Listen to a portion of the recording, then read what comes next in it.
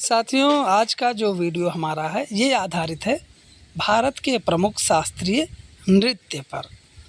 इस वीडियो में हम सब जानेंगे कि भारत के प्रमुख शास्त्रीय नृत्य कौन कौन से हैं और साथ ही हम ये भी जानेंगे कि भारत में शास्त्रीय नृत्य का इतिहास क्या रहा। तो चलिए वीडियो को स्टार्ट करते हैं।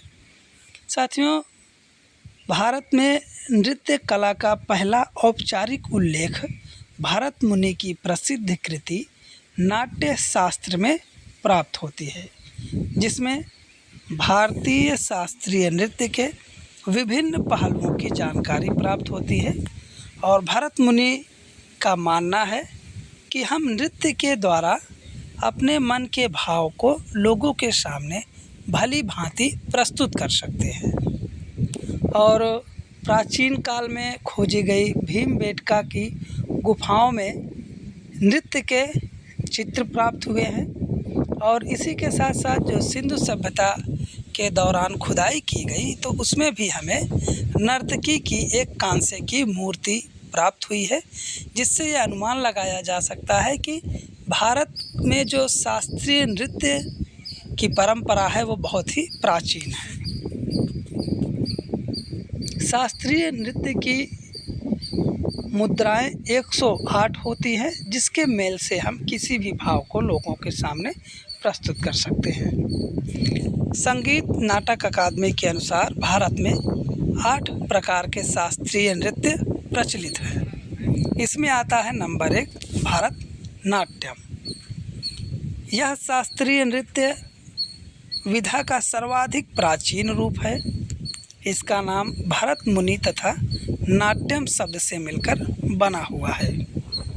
तमिलनाडु के अर्काट जिले के चिदंबरम नगर में भरतनाट्यम का जन्म हुआ। भरत मुनि इसके आदि आचार्य माने जाते हैं। इस नृत्य का संबंध तमिलनाडु के मंदिरों के देवदासियों की एकल नृत्य प्रस्तुति सादिर से है। इसके लिए इसे दासी अट्टम भी कहा जाता है, क्योंकि ये नृत्य दासियों के द्वारा किया जाता था। देवदासी प्रथा के पतन के पश्चात यह कला लगभग विलुप्त हो गई थी, जिसे पुनः जीवित करने का श्रेय कृष्ण अय्यर को जाता है। इस नृत्य कला को वैश्विक पहचान दिलाने का श्रेय जो है वो रुक्मणी देवी अरुणडेला को जाता है। भरतनाट्यम के प्रमुख कलाकार हैं यामिनी कृष्णमूर्ति, लक्ष्मी विश्वनाथन, पद्मा सुब्रमण्यम, मृणालिनी साराभाई, मल्लिका साराभाई इत्यादि। नंबर 2 पर आता है कुचिपुड़ी। कुचिपुड़ी साथियों, नृत्य विधा का नाम आंध्र प्रदेश के एक छोटे से गांव कुचेलापुरम से उत्पन्न हुआ है। जो कुचिपुड़ी नृत्य विधा है, यह विधा आंध्र प्रदेश के एक छोटे से गांव कुचेलापुरम से उत्पन्न हुआ है साथियों। और 17वीं शताब्दी में सिद्धेंद्र योगी ने कुचिपुड़ी नृत्य परंपरा को औपचारिक और व्यवस्थित किया था। कुचिपुड़ी को पुनः जीवित करने का श्रेय बाला सरस्वती एवं रागिनी देवी को है। 20वीं सदी के प्रारंभ में लक्ष्मी नारायण शास्त्री ने इसमें एकल गायन और महिला भागीदारी जैसी परिपाटी का शुभारंभ किया। यह नृत्य सामूहिक रूप से की जाती है और नृत्य प्रस्तुति के दौरान इसमें भागवत पुराण की कहानियाँ एवं श्रृंगार रस की प्रधानता देखी जाती है। साथ ही कुचिपुड़ी नृत्य शैली मानव शरीर में पार्थिव तत्वों को भी प्रकट करती है। कुचिपुड़ी प्रस्तुति में कर्नाटक संगीत की जुगलबंदी होती है। इसमें प्रयुक्त वाद्य यंत्र वायलिन तथा मृदंग हैं। और कुचिपुड़ी नाट्य प्रस्तुति करने के दौरान तेलुगु भाषा में गायन किया जाता है, यानी जो गाना गाया जाता है वो तेलुगु भाषा में होता है। कुचिपुड़ी नृत्य के प्रमुख कलाकार हैं नाट्य कला निधि लक्ष्मी नारायण शास्त्री, लक्ष्मी नारायण शास्त्री को कुचिपुड़ी की एकल विधा के जनक के रूप में भी जाना जाता है। दूसरे हैं बाला सरस्वती और तीसरे नंबर पे आते हैं राधा रेड्डी। तीसरे नंबर की हमारी शास्त्रीय नृत्य आती है कथकली। कथकली का अर्थ है एक कथा का नाटक, यानी इसमें कथा होती है, उसी कथा को नृत्य के द्वारा लोगों के सामने प्रस्तुत किया जाता है। यह संगीत, नृत्य और नाटक का आधारभूत संयोजन होता है। इस महान कला शैली का जन्म 300 वर्ष से भी अधिक पहले केरल के तटों पर हुआ था। 1930 ईस्वी में इसका पुनरुत्थान मलयाली कवि B.N. मेनन के द्वारा मुकुंद राजा के संरक्षण में किया गया। कथकली के विकास के लिए महाकवि वल्लतोल नारायण मेनन द्वारा स्थापित केरल कला मंडलम और उनके प्रशिक्षण केंद्र कथकली का प्रशिक्षण देते हैं। कथकली नृत्य की कुछ विशेषताएं इस प्रकार हैं। कथकली आमतौर पर पुरुष मंडली के द्वारा किया जाने वाला प्रदर्शन है। कथकली गायन प्रस्तुति में रंगमंच सामग्री का कम से कम उपयोग किया जाता है। साथ ही इसमें अलग अलग पात्रों के चेहरे पर अलग अलग रंग लगे होते हैं और उनके सिर पर टोपी लगी होती है। इस नृत्य में रंगों का अपना एक अलग महत्व होता है। जैसे हरा रंग का पुता हुआ चेहरा देवत्व और सद्गुण इंगित करता है। नाक के बगल में लाल धब्बे राजसी गौरव इंगित करते हैं। काले रंग से पुता हुआ चेहरा बुराई और दुष्टता को इंगित करता है। पूरी तरह से लाल रंग से पुता चेहरा बुराई इंगित करता है। पीले रंग संतों और महिलाओं के लिए होता है।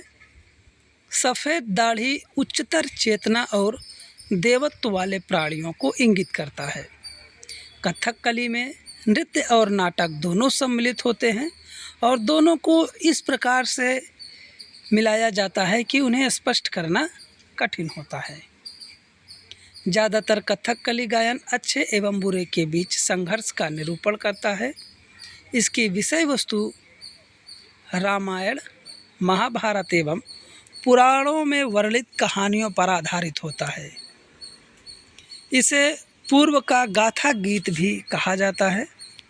कथकली गीतों के लिए प्रमुख भाषा मणिप्रवलम अर्थात मलयालम और संस्कृत का मिश्रण है। इसमें नवरस नामक चेहरे के 9 महत्वपूर्ण भाव अलग अलग भावनाएं व्यक्त करने के लिए सिखाए जाते हैं। कथकली खुले रंगमंच या फिर मंदिर परिसरों में किया जाता है और इसमें प्रकाश के लिए पीतल के दीपक का प्रयोग किया जाता है। इसके प्रसिद्ध प्रतिपादक हैं गुरु कुंची कुरूप, गोपीनाथ और रीता गांगुली आदि। नंबर 4 पर आता है साथियों हमारा मोहिनीअट्टम। मोहिनीअट्टम केरल के 2 शास्त्रीय नृत्यों में से एक है। सभी शास्त्रीय नृत्य भारतीय नृत्यों की तरह मोहिनीअट्टम नृत्य की जड़ें भी नाट्य शास्त्र में ही वर्णित हैं। मोहिनीअट्टम मोहिनी शब्द से लिया गया है, जो भारतीय पौराणिक कथाओं में भगवान विष्णु का एक प्रसिद्ध नारी अवतार है, जिसका अवतरण देव और असुरों के बीच युद्ध के दौरान हुआ था। जब असुरों ने अमृत के ऊपर अपना नियंत्रण कर लिया था, तब मोहिनी ने वो अमृत असुरों को मोह में लेकर के देवताओं को दे दिया था।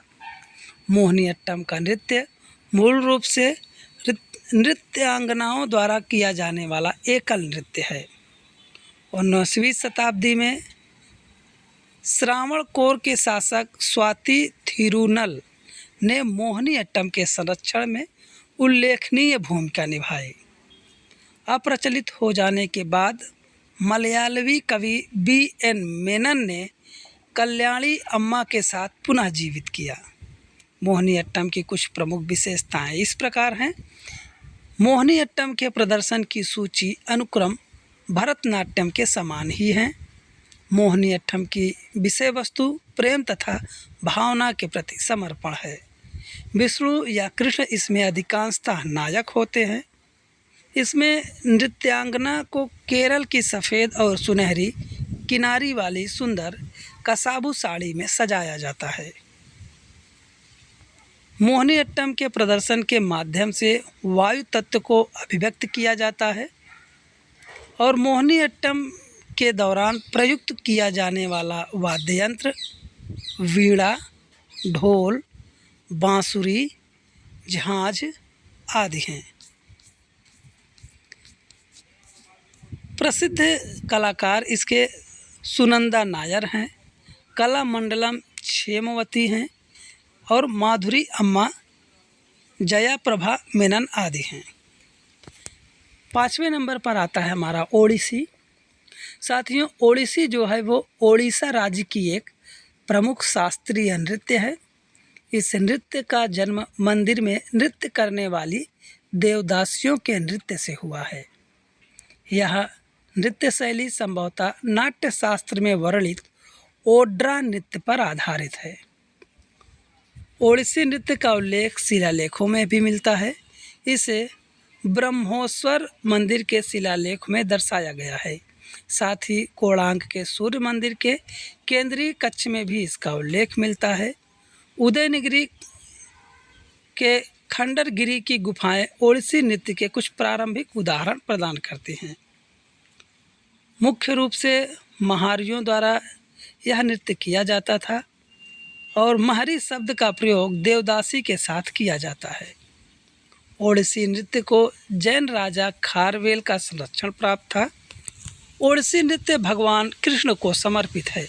इसके छंद संस्कृत नाटक गीत गोविंदम से लिए गए हैं। ओडिसी के इतिहास में महत्वपूर्ण परंपरा गोटीपुआ की है। गोटीपुआ युवा लड़के थे जो अपने परिवार द्वारा मंदिर या अखाड़ों को समर्पित थे, जहां उन्होंने कलाबाजी, गायन और नृत्य में प्रशिक्षण लिया था। गोटीपुआ युवक नर्तक महिलाओं के रूप में कपड़े पहनते थे और सखी परंपरा को ध्यान में रखते हुए कृष्ण के प्रेम और भक्ति के गीतों पर नृत्य करते थे। यह नृत्य मुद्राओं और आसन के उपयोग में भरतनाट्यम के समान ही माने जाते हैं। यह नृत्य मूल रूप से जल तत्व को प्रतीकबद्ध करता है। इस नृत्य के प्रमुख कलाकार हैं गुरु पंकज चरण दास, गुरु केलुचरण महापात्र, सोनल मानसिंह और आनंदिनी दास इत्यादि। 6ठा नंबर पे आता है हमारा मणिपुर नृत्य, जिसको मणिपुरी बोलते हैं। मणिपुरी नृत्य का नाम इसकी उत्पत्ति स्थल के नाम पर पड़ा है। यह नृत्य मुख्यतः हिंदू वैष्णव प्रसंगों पर आधारित होता है, जिसमें राधा और कृष्ण के प्रेम प्रसंग प्रमुख हैं। सामान्यतः यह नृत्य नृत्यांगनाओं द्वारा किया जाता है। 18वीं शताब्दी में मणिपुर के राजा भागचंद्र ने मणिपुरी नृत्य को पुनर्जीवित करने का प्रयास किया था। रविन्द्रनाथ टैगोर ने इस नृत्य को शांति निकेतन में प्रचलित किया। मणिपुर की जो प्रमुख विशेषताएं हैं वो इस प्रकार हैं कि इस नृत्य में तांडव और लास्य दोनों सम्मिलित होते हैं, लेकिन लास्य पर बल दिया जाता है। राधा कृष्ण की प्रेम कहानी इस नृत्य गायन की आवर्ती विषय होते हैं। इसमें जयदेव एवं चंडीदास की रचनाओं का व्यापक रूप से उपयोग किया जाता है। इस नृत्य में चेहरा पतले घूंघट से ढका होता है। इस नृत्य में हाथ के हाव भाव और पैरों की गति महत्वपूर्ण होती है और इसके प्रमुख नृत्यकार जो हैं जिसमें आते हैं झावेरी बहनें, गुरु बिपिन सिंह, एन माधवी देवी इत्यादि। 7वें नंबर पे आता है हमारा कथक। साथियों, कथक एक उत्तर भारतीय नृत्य है जो उत्तर प्रदेश में उत्पन्न हुआ है। कथक शब्द कथा से आया है, जिसका अर्थ होता है कहानी। इस नृत्य के प्रमुख 3 घराने हैं: जयपुर घराना, लखनऊ घराना एवं बनारस घराना। जुगलबंदी कथक प्रस्तुति का मुख्य आकर्षण, जिसमें तबला वादन तथा नर्तक के बीच प्रतिस्पर्धा होती है। जुगलबंदी सामान्य तौर पर ध्रुपद संगीत के साथ होती है। मुगल काल में तराना, ठुमरी तथा गज़ल भी इसमें सम्मिलित किए गए थे। और इसके प्रमुख जो नृत्यकार हैं उसमें आते हैं बिरजू महाराज, लच्छू महाराज, सितारा देवी, दमयंती जोशी इत्यादि। 8वें नंबर पर हमारा आता है सत्रिया। यह नृत्य असम का शास्त्रीय नृत्य है। वर्ष 2000 में इस नृत्य को भारत के 8 शास्त्रीय नृत्य में सम्मिलित होने का गौरव प्राप्त हुआ। भरत मुनि के नाट्य शास्त्र में इसका उल्लेख है। यह भक्ति आंदोलन से प्रेरित है। 15वीं शताब्दी में वैष्णव संत शंकर देव द्वारा आधुनिक रूप से सत्रिया नृत्य को प्रचलित किया गया था। सत्रिया नृत्य के प्रमुख विशेषताएं हैं। यह नृत्य असम में प्रचलित विभिन्न नृत्य रूपों का मिश्रण है। सत्रिय गायन में विष्णु की पौराणिक कहानियों का उल्लेख होता है। भोकोत नामक पुरुष भिक्षुओं द्वारा यह नृत्य सामूहिक में किया जाता है। इस नृत्य में प्रयुक्त वाद्य यंत्र ढोल, मजीरा एवं बांसुरी होती है। इसमें नृत्य करने वाले नर्तक धोती एवं पगड़ी पहनते हैं और रेशम से बनी धुरी और चादर उपयोग करते हैं।